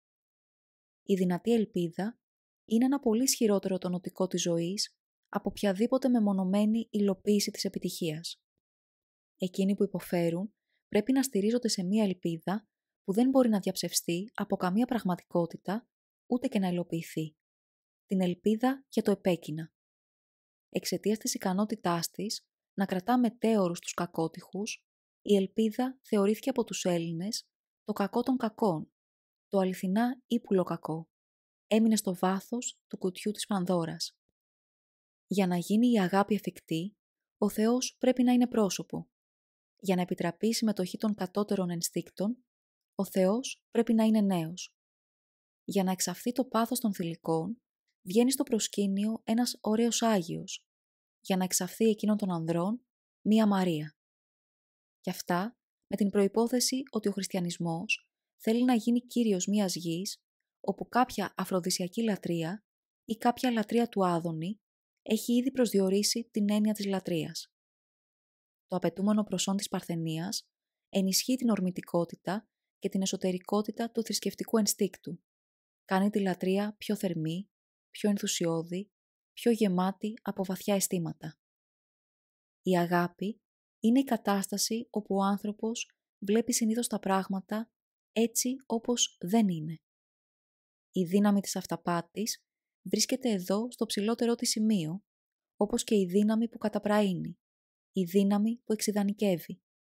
Με την αγάπη, ο άνθρωπος αντέχει περισσότερο, υποφέρει τα πάντα. Έπρεπε να επινοηθεί μια θρησκεία όπου κανείς θα μπορούσε να αγαπά. Με την αγάπη, ο άνθρωπος τοποθετείται πάνω από τα κακά πράγματα της ζωής και μάλιστα δεν τα βλέπει πια. Αυτά για τις 3 χριστιανικές αρετές, την πίστη, την αγάπη, την ελπίδα. Τις ονομάζω 3 χριστιανικές εξυπνάδες. Ο Βουδισμός είναι πολύ ώριμος, πολύ θετικιστικός, ώστε να είναι έξυπνος με αυτόν τον τρόπο. Εδώ απλώς θίγω το πρόβλημα της γένεσης του χριστιανισμού. Η πρώτη αρχή για τη λύση του είναι ο χριστιανισμός να μπορεί να γίνει κατανοητός μόνο αν εξεταστεί στο έδαφος στο οποίο μεγάλωσε. Δεν είναι ένα κίνημα αντίθετο προς το ιουδαϊκό ένστικτο, είναι η ίδια του η συνέπεια, ένα ακόμη συμπέρασμα στην τρομακτική του λογική. Με τη φόρμουλα του λυτρωτή, η σωτηρία έρχεται από τους Εβραίους. Η δεύτερη αρχή είναι ο ψυχολογικός τύπος του Γαλιλαίου είναι ακόμη ευκολογνώριστος, αλλά μόνο στον πλήρη του εκφυλισμό, που είναι ταυτόχρονα ένας ακροτηριασμός και μια υπερφόρτωση με ξένα στοιχεία, μόνο στον πλήρη του εκφυλισμό λοιπόν μπόρεσε να χρησιμεύσει γι' αυτό για το οποίο χρησιμοποιήθηκε ως τύπος σωτήρα της ανθρωπότητας. Οι Εβραίοι είναι ο πιο περίεργος λαός της παγκόσμιας ιστορίας, γιατί στο ερώτημα να υπάρχουν ή να μην υπάρχουν, διάλεξαν μετά από μια ανησυχαστική προμελέτη να υπάρχουν με οποιοδήποτε τίμημα. Τούτο το τίμημα ήταν η ριζική παραποίηση όλης της φύσης, όλης της φυσικότητας, όλης της πραγματικότητας, ολόκληρου του εσωτερικού και του εξωτερικού κόσμου. Οχυρώθηκαν εναντίον όλων των συνθηκών που επέτρεπαν ως τότε σε έναν λαό να ζει. Από τον εαυτό τους δημιούργησαν μία έννοια αντίθετη προς τις φυσικές συνθήκες. Μετέτρεψαν τη θρησκεία, τη λατρεία, την ηθική, την ιστορία, την ψυχολογία, τη μία μετά την άλλη, σε ανεπανόρθωτες αντιθέσεις προς τις φυσικές τους αξίες. Συναντάμε το ίδιο φαινόμενο για μία ακόμη φορά και σε πολύ μεγαλύτερες αναλογίες. Με όλα τα αυτά δεν είναι παρά ένα αντίγραφο. Η χριστιανική εκκλησία δεν μπορεί να εγείρει την παραμικρή αξίωση πρωτοτυπίας όταν συγκριθεί με τον ιερό λαό. Γι' αυτό το λόγο, οι Εβραίοι είναι ο πιο καταστροφικός λαός της παγκόσμιας ιστορίας. Με τη μετεπίδρασή τους έκαναν τόσο κύβδηλη την ανθρωπότητα, που ακόμη και σήμερα ο χριστιανισμός μπορεί να νιώθει αντιεβραίος, χωρίς να συνειδητοποιεί ότι αυτός ο ίδιος είναι η έσχατη εβραϊκή συνέπεια. Στη γενεαλογία της ηθικής παρουσίασα την πρώτη ψυχολογική ανάλυση της αντίθετης έννοιας προς μία ευγενική ηθική και της αντίθετης έννοιας προς μία ηθική της μνησικακίας. Η τελευταία ξεπήδησε από το όχι προς την πρώτη, αλλά αυτή είναι ατόφια ιουδαϊκό-χριστιανική ηθική. Για να μπορέσουν οι άνθρωποι να πούν όχι σε οτιδήποτε αντιπροσωπεύει πάνω στη γη την ανωδική κίνηση της ζωής, τη δύναμη, την ομορφιά, την αυτοεπιβεβαίωση, έπρεπε το ένστικτο της μνησικακίας, που είχε γίνει τάλαντο, να επινοήσει έναν άλλο κόσμο, από τον οποίο αυτή η επιβεβαίωση της ζωής θα έμοιαζε με το κακό, με το αξιόμεμπτο καθεαυτό. Από ψυχολογική άποψη, ο Ιουδαϊκός λαός είναι πρικισμένος με την πιο σφριγγυλή ζωτική ενέργεια. Όταν βρεθεί σε δυσκολότατες περιστάσεις, παίρνει πρόθυμα το μέρος όλων των ενστίκτων της παρακμής, δείχνοντας μια εκπληκτική τάση για αυτοσυντήρηση. Και αυτό δεν το κάνει επειδή κυριαρχείται από αυτά τα ένστικτα, αλλά επειδή μαντεύει την ύπαρξη μιας δύναμης εκεί, με την οποία θα μπορούσε κανείς να κυριαρχήσει στον κόσμο. Οι Εβραίοι είναι η αντίθεση όλων των παρακμιακών. Μπόρεσαν να παραστήσουν τους παρακμιακούς μέχρι σημείου αυταπάτης. Μπόρεσαν με ένα θεατρινίστικο ταλέντο να μπουν στην κορυφή όλων των κινημάτων παρακμής, όπως ο χριστιανισμός του Παύλου, ώστε να δημιουργήσουν κάτι ισχυρότερο από οποιοδήποτε καταφατικό μέρος της ζωής. Η παρακμή είναι μόνο μέσο για τον τύπο ανθρώπου του Ιουδαϊσμού και του Χριστιανισμού που θέλει να αποκτήσει δύναμη, τον ιερατικό τύπο. Τούτος ο τύπος ανθρώπου έχει ζωτικό ενδιαφέρον να κάνει άρρωστη την πραγματικότητα και να αναποδογυρίζει τις έννοιες του καλού και του κακού, του αληθινού και του ψεύτικου, έτσι ώστε να εκθέσει σε κίνδυνο τη ζωή και να συκοφαντήσει τον κόσμο. Η ιστορία του Ισραήλ είναι ανεκτήμητη ως τυπική ιστορία ολόκληρης της αλλίωσης των φυσικών αξιών. Επισημαίνω 5 σημεία που την αποδεικνύουν. Αρχικά, και ιδιαίτερα στον καιρό των βασιλέων, το Ισραήλ είχε ορθή, δηλαδή φυσική σχέση με όλα τα πράγματα. Ο Ιεχωβάς του ήταν η έκφραση της επίγνωσης της δύναμης, της ίδιας της χαράς, της ελπίδας σε κάτι. Από αυτόν περίμενε τη νίκη και τη σωτηρία. Με αυτόν πίστευε ότι η φύση θα έδινε ό,τι χρειαζόταν ο λαός, κυρίως τη βροχή. Ο Ιεχωβάς είναι ο Θεός του Ισραήλ και συνεπώς ο Θεός της δικαιοσύνης. Αυτή είναι η λογική κάθε λαού που κατέχει τη δύναμη και μια καλή συνείδηση. Στην εορταστική λατρεία βρίσκουν έκφραση οι δύο αυτές πλευρές της αυτοεπιβεβαίωσης ενός λαού. Ο λαός είναι ευγνώμων για τα μεγάλα πεπρωμένα που τον ανέβασαν στην κορυφή. Είναι ευγνώμων σε σχέση με τον ετήσιο κύκλο των εποχών και για κάθε επιτυχία στην κτηνοτροφία και τη γεωργία. Αυτή η κατάσταση πραγμάτων έμεινε για πολύ καιρό το ιδεώδες, ακόμη και όταν πήρε τέλος με θλιβερό τρόπο, με την αναρχία μέσα στη χώρα και τον Ασσύριο έξω. Ο λαός όμως κράτησε, ως ύψιστό του πόθο, αυτό το όραμα ενός βασιλιά, καλού στρατιώτη και αυστηρού κριτή μαζί. Πρώτος από όλους, το κράτησε εκείνος ο τυπικός προφήτης, δηλαδή κριτικός και σατυρικός της στιγμής, ο Ισαΐας. Με όλα τα αυτά, όλες οι ελπίδες έμειναν ανεκπλήρωτες. Ο παλιός Θεός δεν ήταν ικανός να κάνει τίποτε από αυτά που έκανε άλλοτε. Έπρεπε να τον παρατήσουν. Τι έκαναν? Άλλαξαν την έννοιά του. Αλλίωσαν την έννοιά του. Με αυτό το τίμημα μπόρεσαν να τον κρατήσουν.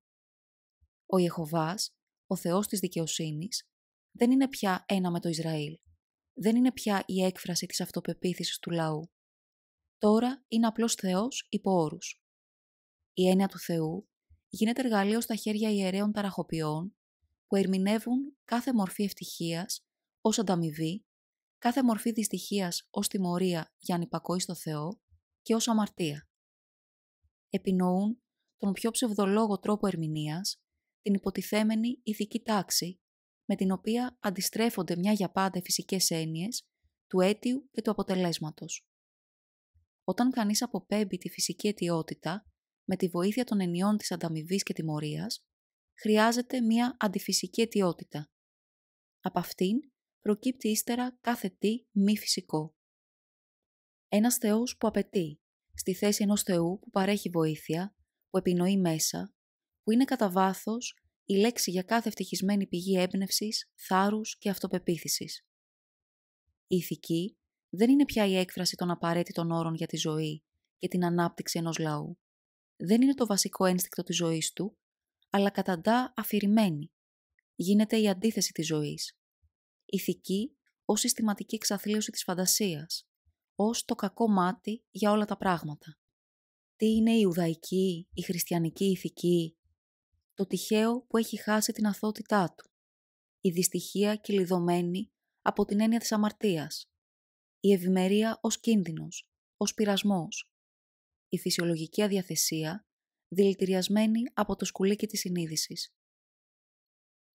Η έννοια του Θεού παραποιημένη, η έννοια της ηθικής παραποιημένη.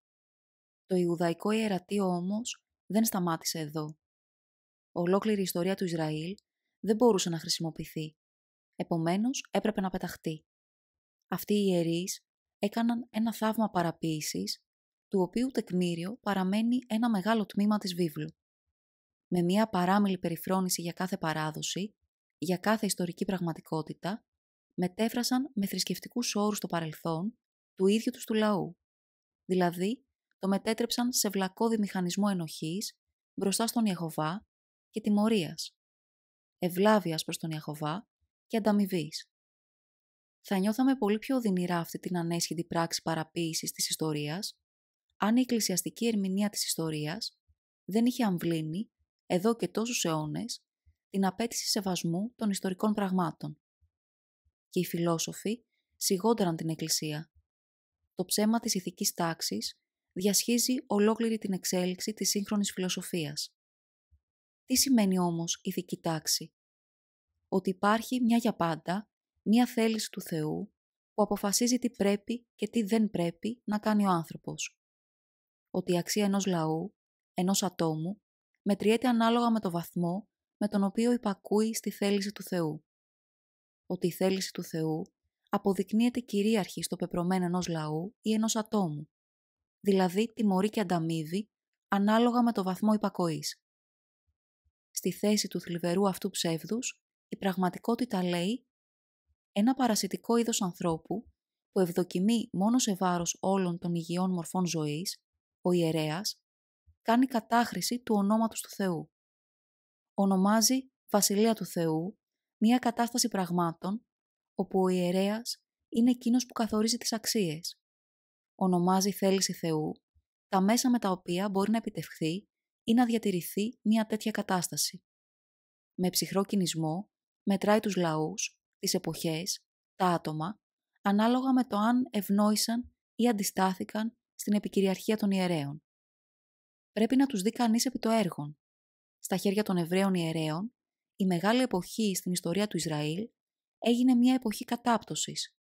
Η έξοδος, η μακρόχρονη δυστυχία, μετατράπηκε σε μια αιώνια τιμωρία για τη μεγάλη εποχή. Μια εποχή στην οποία ο ιερέας δεν ήταν ακόμη τίποτα. Ανάλογα με τις ανάγκες τους, οι ιερείς μετάτρεψαν τις ισχυρές, τις πολύ ελεύθερες μορφές της ιστορίας του Ισραήλ, σε άθλια ανθρωπάκια και υποκριτές ή σε άθεους. Απλούστευσαν την ψυχολογία κάθε μεγάλου γεγονότος, ανάγοντάς το στην ηλίθια φόρμουλα υπακοή ή ανυπακοή στο Θεό.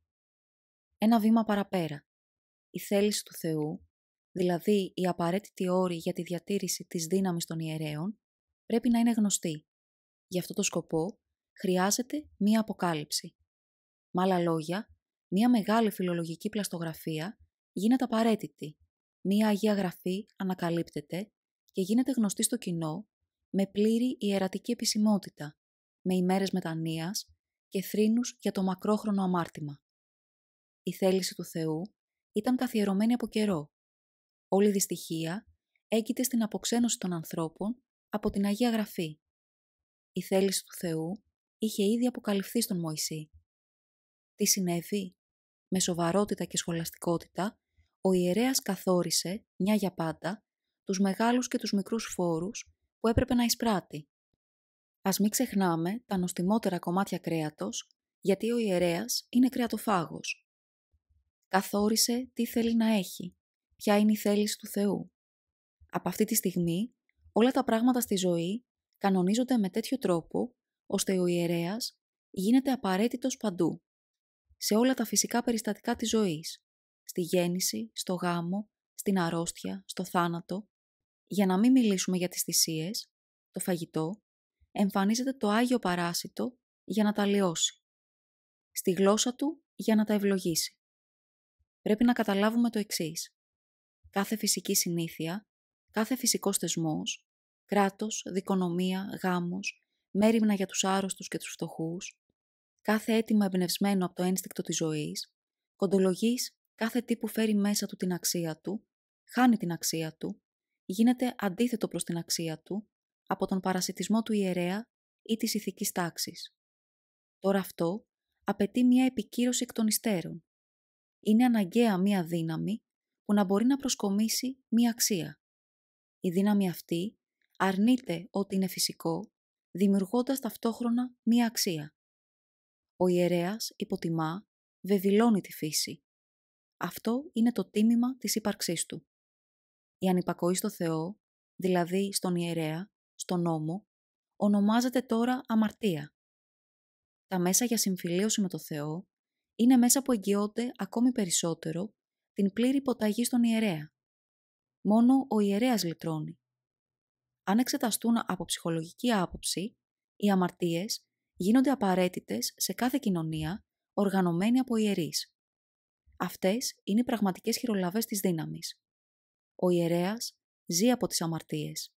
Του είναι απαραίτητο να αμαρτάνει ο κόσμος. Ύψιστη αρχή, ο Θεός συγχωρεί όσους μετανοούν. Με άλλα λόγια, όσους υποτάσσονται στον ιερέα. Πάνω σε μια τέτοια κυριολεκτικά κύβδηλη βάση, όπου κάθε τι φυσικό, κάθε φυσική αξία, κάθε πραγματικότητα, είχε εναντίον της τα βαθύτερα ένστικτα των κυρίαρχων τάξεων, αναπτύχθηκε ο χριστιανισμός, μία μορφή θανάσιμης έχθρας εναντίον της πραγματικότητας που δεν έχει ξεπεραστεί ακόμη. Ο ιερός λαός, που κράτησε για όλα τα πράγματα μόνο ιερατικές αξίες, μόνο ιερατικές λέξεις και που απομόνωσε με τρομακτική συνέπεια κάθε τι δυνατό πάνω στη γη, ονομάζοντάς το ανίερο, αμάρτημα, αυτός ο λαός τοποθέτησε το ένστικτό του σε μία τελευταία φόρμουλα που ήταν λογική μέχρι σημείου αυτοάρνησης. Ως χριστιανισμός αρνήθηκε ακόμη και την τελευταία μορφή της πραγματικότητας, τον ιερό λαό, τον εκλεκτό λαό, την ίδια την Ιουδαϊκή πραγματικότητα. Το θέμα έχει μεγάλη σημασία. Το μικρό επαναστατικό κίνημα που βαφτίστηκε με το όνομα του Ιησού του Ναζωραίου δεν είναι παρά το Ιουδαϊκό ένστικτο μία ακόμη φορά. Με άλλα λόγια, το ιερατικό ένστικτο που δεν μπορεί να ανεχθεί τον ιερέα ως πραγματικότητα. Δεν είναι παρά η επινόηση μίας ακόμη πιο αφηρημένης μορφής ύπαρξης, μίας ακόμη πιο πλασματικής κοσμοθεώρησης, από εκείνη που απαιτεί την οργάνωση μιας εκκλησίας. Ο χριστιανισμός αρνείται την εκκλησία. Ο Ιησούς θεωρήθηκε ή κακώς θεωρήθηκε αιτία μιας εξέγερσης. Εγώ δεν μπορώ να δω εναντίον τίνος κατευθυνόταν αυτή η εξέγερση, αν όχι εναντίον της Ιουδαϊκής Εκκλησίας. Εκκλησία ακριβώς με την έννοια που χρησιμοποιούμε σήμερα. Ήταν μια εξέγερση εναντίον των καλών και των δίκαιων, εναντίον των Αγίων του Ισραήλ, εναντίον της ιεραρχίας της κοινωνίας. Όχι εναντίον της διαφθοράς της, αλλά εναντίον της κάστας, του προνόμιου, της τάξης και του τυπικού. Ήταν η άρνηση πίστης στους ανώτερους ανθρώπους. Το όχι εναντίον των ιερέων και των θεολόγων. Αλλά η ιεραρχία, που έτσι τέθηκε, έστω και για μια στιγμή υπό αμφισβήτηση, ήταν το λιμναίο οίκημα με το οποίο μπορούσε να συνεχίσει να υπάρχει μέσα στο νερό ο εβραϊκός λαός, η δύσκολα κερδισμένη τελευταία ευκαιρία επιβίωσης, το απομεινάρι της αυτόνομης πολιτικής του ύπαρξης. Μία επίθεση εναντίον της ήταν επίθεση εναντίον του βαθύτερου ενστίκτου ενός λαού, εναντίον της πιο επίμονης θέλησης για ζωή που υπήρξε ποτέ σε έναν λαό στη γη. Αυτός ο Άγιος Αναρχικός, που καλούσε τον κόσμο που ήταν στον πάτο, τους απόβλητους και τους αμαρτωλούς, τους τσαντάλα μέσα στον Ιουδαϊσμό, σε αντίσταση ενάντια στην καθιστική ατάξη πραγμάτων, χρησιμοποιώντας, αν λένε αλήθεια τα Ευαγγέλια, μία γλώσσα που σήμερα θα τον έστελνε στη Σιβηρία, ήταν ένας πολιτικός εγκληματίας, στο βαθμό που μπορούσαν να υπάρχουν πολιτικοί εγκληματίες σε μία παράλογα απολυτική κοινότητα. Αυτό τον ανέβασε στο Σταυρό. Απόδειξη είναι η επιγραφή πάνω στο Σταυρό. Πέθανε επειδή ήταν ένοχος. Δεν υπάρχει λόγος να ισχυριζόμαστε, αν και αυτό γίνεται πολλές φορές, ότι πέθανε για τις αμαρτίες των άλλων. Ένα τελείως διαφορετικό ερώτημα είναι αν ο Ιησούς είχε επίγνωση αυτής της αντίθεσης ή αν απλώς οι άλλοι πίστεψαν ότι αντιπροσώπευε αυτήν την αντίθεση. Και μόνο σε αυτό το σημείο έρχομαι σε επαφή με την ψυχολογία του σωτήρα. Ομολογώ πως λίγα βιβλία διαβάζω με τόση δυσκολία όσο τα Ευαγγέλια. Οι δυσκολίες τους είναι διαφορετικές από εκείνες που επέτρεψαν στη σαφή περιέργεια του γερμανικού πνεύματος να γιορτάσει μία από τις πιο αξέχαστες νίκες της.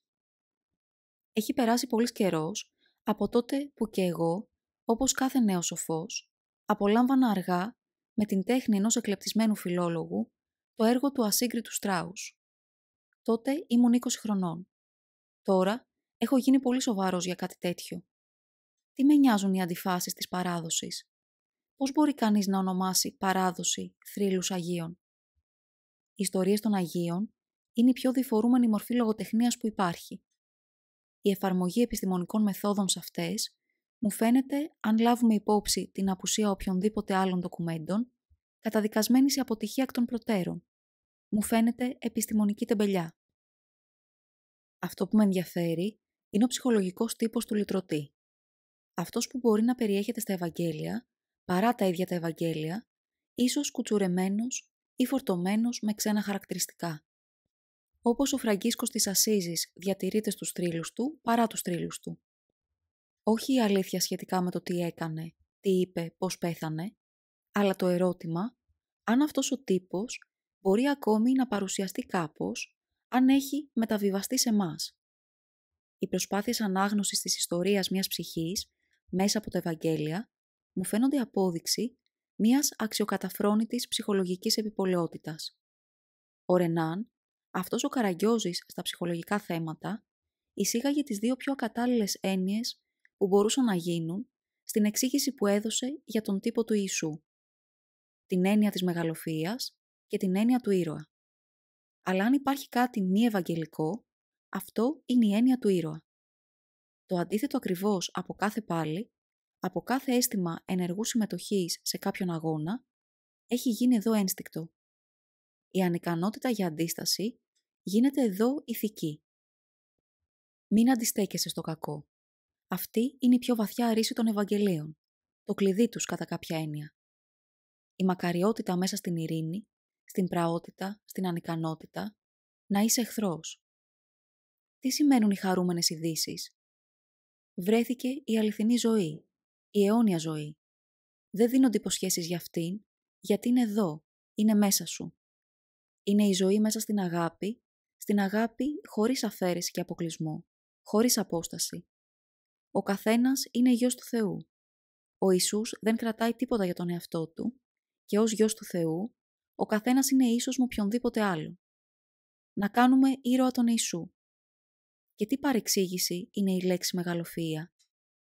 Ολόκληρη η έννοιά μας, η πολιτισμική μας έννοια, του πνεύματος, δεν έχει κανένα νόημα στον κόσμο στον οποίο ζει ο Ιησούς. Αν μιλούσαμε με την ακρίβεια του φυσιολόγου, θα λέγαμε μία εντελώς διαφορετική λέξη που θα ήταν πιο ταιριαστή εδώ. Τη λέξη ιδιώτης, ηλίθιος. Γνωρίζουμε μία κατάσταση παθολογικής διαγερσιμότητας του αισθήματος της αφής που αποστρέφεται κάθε επαφή, κάθε σύλληψη ενός στέρεου αντικειμένου. Αν ανάγουμε αυτή τη φυσιολογική συνήθεια στην έσχατή της λογική συνέπεια, θα γίνει ενστικτώδες μίσος εναντίον οποιασδήποτε πραγματικότητας. Φυγή σε αυτό που δεν μπορεί να συλληφθεί, στο ακατανόητο. Αποστροφή από κάθε φόρμουλα, προς οποιαδήποτε έννοια του χρόνου και του χώρου, προς κάθε τι που είναι στέρεο, συνήθεια, θεσμός, εκκλησία. Θα γίνει βόλεμα σε έναν κόσμο που δεν έρχεται σε επαφή με κανένα είδος πραγματικότητας, σε έναν εσωτερικό κόσμο, σε έναν αληθινό, σε έναν αιώνιο κόσμο. Η Βασιλεία του Θεού είναι μέσα σου. Το ενστικτώδες μίσος εναντίον της πραγματικότητας. Συνέπεια εξαιρετικής ικανότητας για πόνο και διέγερση, που δεν θέλει να την αγγίζουν, γιατί νιώθει πολύ ζωηρά κάθε επαφή. Ο ενστικτώδης αποκλεισμός κάθε αποστροφής, κάθε εχθρότητας, όλων των ορίων και όλων των αποστάσεων στα αισθήματα του ανθρώπου, είναι συνέπεια μιας εξαιρετικής ικανότητας για πόνο και διέγερση, που αισθάνεται κάθε αντίσταση, ακόμη και κάθε ανάγκη αντίστασης, ως ανυπόφορη απαρέσκεια. Δηλαδή, η αντίσταση θεωρείται επιβλαβής, κάτι επικίνδυνο για το οποίο μας προειδοποιεί το ένστικτο της αυτοσυντήρησης. Και βρίσκει ευδαιμονία, ευχαρίστηση, μόνο στο να μην προβάλλει καμία αντίσταση σε κανέναν, ούτε στο κακό ή σε όποιον είναι κακός. Στην αγάπη ως τη μοναδική, την τελευταία δυνατότητα ζωής. Αυτές είναι οι δύο φυσιολογικές πραγματικότητες πάνω στις οποίες και από τις οποίες αναπτύχθηκε το δόγμα της λύτρωσης. Το ονομάζω έσχατη εξέλιξη του ειδονισμού πάνω σε μια εντελώς νοσηρή βάση. Ο επικουρισμός, το ειδωλολατρικό δόγμα της λύτρωσης, είναι ο πιο κοντινός του συγγενής, παρόλο που είναι φωδιασμένος με μια γενναία δόση αρχαίας ελληνικής ζωτικότητας και νευρικής ενέργειας. Ο Επίκουρος, ένας τυπικός παρακμιακός. Πρώτος εγώ το είδα αυτό. Ο φόβος του πόνου, ακόμη και του απειροελάχιστου πόνου, δεν μπορεί να καταλήξει αλλού παρά μόνο σε μια θρησκεία της αγάπης. Έδωσα ήδη την απάντησή μου στο πρόβλημα. Η προϋπόθεσή της είναι ότι ο τύπος του λυτρωτή έχει διατηρηθεί ως εμάς κάτω από μια παραμορφωμένη μορφή. Η παραμόρφωση αυτή είναι πολύ εύλογη. Για πολλούς λόγους, ένας τέτοιος τύπος δεν μπορούσε να μείνει καθαρός, ακέραιος, απαλλαγμένος από προσθήκες. Ο χώρος στον οποίο κινούνταν ως ξένη φιγούρα έπρεπε να το αφήσει ίχνη. Το ίδιο και ακόμη περισσότερο η ιστορία. Η μοίρα της πρώτης χριστιανικής κοινότητας, η οποία εμπλούτησε, αναδρομικά, τον τύπο αυτό, αν ληφθεί υπόψη η μεταγενέστερη πολεμική και η προπαγανδιστική λόγη. Αυτός ο παράξενος και αρρωστημένος κόσμος, στον οποίο μας εισάγουν τα Ευαγγέλια, ένας κόσμος παρμένος θαρρής από ρωσικό μυθιστόρημα, όπου τα αποβράσματα της κοινωνίας, οι νευρικές διαταραχές και η παιδιάστικη ιδιωτεία μοιάζουν να έχουν δώσει ραντεβού, σκλήρινε αναπόφευκτα τον τύπο. Οι πρώτοι πιστοί, για να μπορέσουν να καταλάβουν κάτι από τον τύπο, μετέφρασαν στη δική τους χοντροκοπιά ένα «ον» που κολυμπούσε κυριολεκτικά μέσα σε σύμβολα και ακατανόητα πράγματα. Για αυτούς ο τύπος δεν υπήρχε, ώσπου να ξαναπλαστεί με πιο ευανάγνωστες μορφές. Ο προφήτης, ο Μεσσίας, ο μελλοντικός κριτής, ο διδάσκαλος της ηθικής, ο θαυματοποιός, ο Ιωάννης ο Βαπτιστής. Ο καθένας μία ευκαιρία παρερμηνείας του τύπου. Τέλος, ας μην υποτιμήσουμε το ιδιάζον χαρακτηριστικό κάθε μεγάλης και ιδιαίτερα σχισματικής λατρείας. Αυτή εξαλείφει τα πρωτότυπα και συχνά οδυνηρά παράξενα γνωρίσματα και ιδιοσυγκρασίες του λατρευόμενου όντως. Και ακόμη περισσότερο δεν τα βλέπει. Είναι λυπηρό που δεν έζησε ένας Ντοστογεύσκι κοντά σε αυτόν που παρουσιάζει το μεγαλύτερο ενδιαφέρον από όλους τους παρακμιακούς. Ενώ κάποιος που θα ήξερε να νιώσει την πραγματικά διαγερτική γοητεία ενός τέτοιου μείγματος, του ανυπέρβλητου, του αρρωστημένου και του παιδιάστικου. Μία τελευταία εκτίμηση. Ως τύπος παρακμής, ο τύπος θα μπορούσε πράγματι να είναι ιδιαίτερα πολύμορφος και αντιφατικός. Μία τέτοια πιθανότητα δεν είναι δυνατόν να αποκλειστεί. Με όλα τα αυτά, όλες οι ενδείξεις είναι αντίθετες. Σε αυτήν ακριβώς την περίπτωση, η παράδοση θα έπρεπε να είναι πιστή στην αλήθεια και αντικειμενική. Έχουμε όμως λόγους να δεχτούμε το αντίθετο.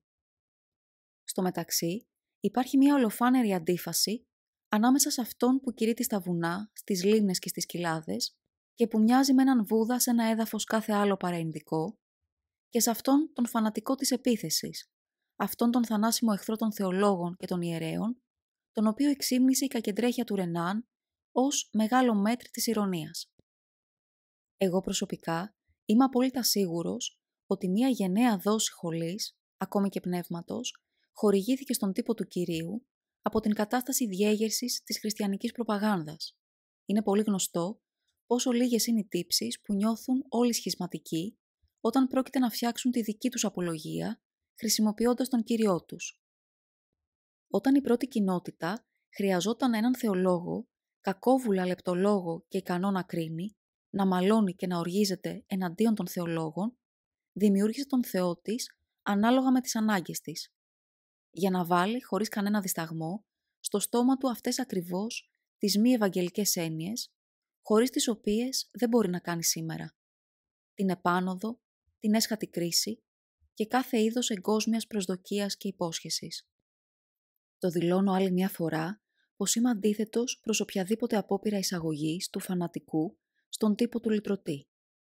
Η λέξη αυτοκρατορικός που χρησιμοποιεί ο Ρενάν είναι από μόνη της αρκετή για να καταργήσει τον τύπο. Τα χαρμόσυνα νέα είναι ακριβώς ότι δεν υπάρχουν πια αντιθέσεις. Η βασιλεία των ουρανών ανήκει στα παιδιά. Η πίστη που εκφράζεται εδώ δεν είναι μια πίστη κατακτημένη με αγώνες. Είναι εδώ, ήταν εδώ από την αρχή. Είναι ένας παιδισμός που έχει μεταφερθεί στο πνευματικό. Η περίπτωση της καθυστερημένης και της αδιαμόρφωτης μέσα στον οργανισμό εφηβείας είναι πολύ γνωστή, τουλάχιστον στους φυσιολόγους, ως συνέπεια του εκφυλισμού. Μία τέτοια πίστη δεν οργίζεται, δεν κατηγορεί, δεν αντιστέκεται, δεν φοράει σπαθί, δεν προβλέπει ότι θα μπορούσε να προκαλέσει μία μέρα διαφωνίες. Δεν αποδεικνύεται ούτε από θαύμα, ούτε από ανταμοιβή και υπόσχεση, ούτε από την Αγία Γραφή. Κάθε στιγμή είναι το ίδιο του το θαύμα, η ίδια της η ανταμοιβή, η ίδια της η απόδειξη, η ίδια της η βασιλεία του Θεού. Αυτή η πίστη δεν μορφοποιεί τον εαυτό της. Ζει, αντιστέκεται σε κάθε φόρμουλα. Αναμφίβολα, το τυχαίο του περιβάλλοντος, της γλώσσας, της προπαίδευσης, καθορίζει έναν ορισμένο κύκλο ενιών. Ο πρώιμος χριστιανισμός χρησιμοποιεί μόνο ιουδαϊκές, σημιτικές έννοιες. Η βρώση και η πόση στη Θεία Κοινωνία εντάσσονται εδώ. Η Εκκλησία έκανε κατάχρηση αυτών των ενιών, όπως και κάθε τι Ιουδαϊκού. Αλλά σε αυτό το πράγμα δεν πρέπει να δούμε παρά μία γλώσσα συμβόλων, μία σημειωτική, μία ευκαιρία για παραβολές. Γι' αυτόν τον αντιρεαλιστή, τον Ιησού, η προϋπόθεση για να μιλάει κανείς είναι να μην παίρνει καμία λέξη με το κυριολεκτικό της νόημα. Αν ζούσε στην Ινδία, θα χρησιμοποιούσε τις έννοιες του Σανκιά. Αν ζούσε στην Κίνα, τις έννοιες του Λάο Τσε, χωρίς να βλέπει καμία διαφορά. Με κάποια ανεκτικότητα στην έκφραση, θα μπορούσε κανείς να ονομάσει τον Ιησού ελεύθερο πνεύμα, επειδή δεν νοιάζεται για τίποτε στέρεο. Η λέξη σκοτώνει, κάθε τι στέρεο σκοτώνει. Η έννοια, η εμπειρία της ζωής, όπως την ξέρει μόνο αυτός, αντιμάχεται κάθε είδος λέξης, φόρμουλας, νόμου, πίστης, δόγματος. Μιλάει μόνο για το δεύτερο. Η ζωή ή η αλήθεια ή το φως είναι η λέξη του για το ενδότερο. Όλα τα υπόλοιπα, ολόκληρη πραγματικότητα, ολόκληρη η φύση, η ίδια η γλώσσα, έχει γι' αυτόν μόνο την αξία ενός συμβόλου, μιας μεταφοράς. Δεν επιτρέπεται να κάνουμε λάθος σε αυτό το σημείο, όσο γοητευτική κι αν είναι η χριστιανική, ή αλλιώς η εκκλησιαστική προκατάληψη. Ένας τέτοιος κατεξοχήν συμβολιστής βρίσκεται έξω από κάθε θρησκεία, από όλες τις λατρευτικές έννοιες, από όλη την ιστορία, από όλη την φυσική επιστήμη, από όλη την εμπειρία του κόσμου, από όλη τη γνώση, από κάθε πολιτική, από όλη την ψυχολογία, από όλα τα βιβλία, από όλη την τέχνη. Η γνώση του είναι καθαρή μορία, επειδή ακριβώς υπάρχουν τέτοια πράγματα. Η κουλτούρα δεν του είναι γνωστή ούτε εξακοής και γι' αυτό δεν χρειάζεται να την πολεμήσει. Δεν χρειάζεται να την αρνηθεί. Το ίδιο ισχύει και για το κράτος, για ολόκληρη τη διάταξη και την κοινωνία των ιδιωτών, για την εργασία, για τον πόλεμο. Δεν είχε ποτέ κανένα λόγο να αρνηθεί τον κόσμο. Η εκκλησιαστική έννοια του κόσμου δεν του πέρασε ποτέ από το νου. Η άρνηση είναι κάτι αδιανόητο για τον Ιησού. Η διαλεκτική επίσης απουσιάζει. Απουσιάζει ακόμη και η ιδέα ότι μία πίστη, μία αλήθεια, πρέπει να αποδεικνύεται με επιχειρήματα. Οι αποδείξεις του Ιησού είναι εσωτερικά φώτα, εσωτερικά αισθήματα ευχαρίστησης και αυτοεπιβεβαιώσεις. Όλες είναι αποδείξεις ισχύως. Ένα τέτοιο δόγμα είναι επίσης εντελώς ανίκανο για αντιλογία. Δεν μπορεί να καταλάβει ότι υπάρχουν, ότι είναι δυνατόν να υπάρχουν άλλα δόγματα. Δεν μπορεί να διανοηθεί ότι μπορεί να υπάρχει μια αντίθετη κρίση. Παντού όπου τη συναντήσει, θα εκτείρει με βαθιά συμπάθεια την στραβωμάρα, γιατί αυτό βλέπει το φως, αλλά δεν θα προβάλλει καμία αντίρρηση. Από όλη την ψυχολογία του Ευαγγελίου απουσιάζει η έννοια της ενοχής και της τιμωρίας. Το ίδιο και η έννοια της ανταμοιβής. Η αμαρτία, κάθε σχέση απόστασης μεταξύ του Θεού και του ανθρώπου, έχει εξαλειφθεί. Αυτό ακριβώς είναι τα καλά νέα. Δεν δίνονται υποσχέσεις για τη μακαριότητα. Η μακαριότητα δεν συνδέεται με όρους. Η μακαριότητα είναι η μοναδική πραγματικότητα. Όλα τα άλλα είναι σημεία που χρησιμοποιούμε για να μιλήσουμε για αυτήν. Η συνέπεια μιας τέτοιας κατάστασης προβάλλεται σε μια νέα πρακτική, συγκεκριμένα στην ευαγγελική πρακτική. Ο χριστιανός δεν ξεχωρίζει από την πίστη του. Ο χριστιανός δρά και ξεχωρίζει από το ότι δρά με έναν διαφορετικό τρόπο. Ξεχωρίζει από το ότι δεν αντιστέκεται, ούτε μέσα στην καρδιά του, σε όποιον του φέρεται άσχημα. Από το ότι δεν κάνει διάκριση μεταξύ αλλοεθνούς και ομοεθνούς, μεταξύ Εβραίου και μη Εβραίου.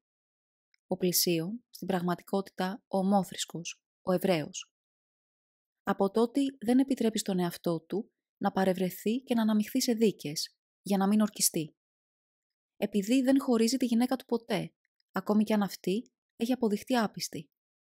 Όλα αυτά είναι κατά βάθος μία αρχή. Όλα αυτά είναι επακόλουθα ενός ενστίκτου.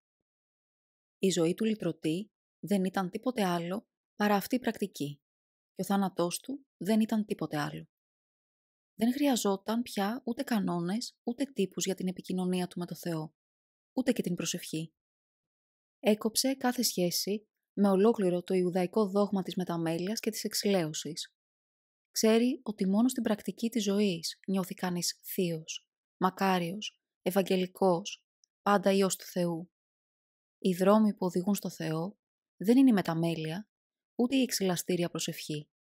Μόνο η ευαγγελική πρακτική οδηγεί στο Θεό και μάλιστα είναι Θεός.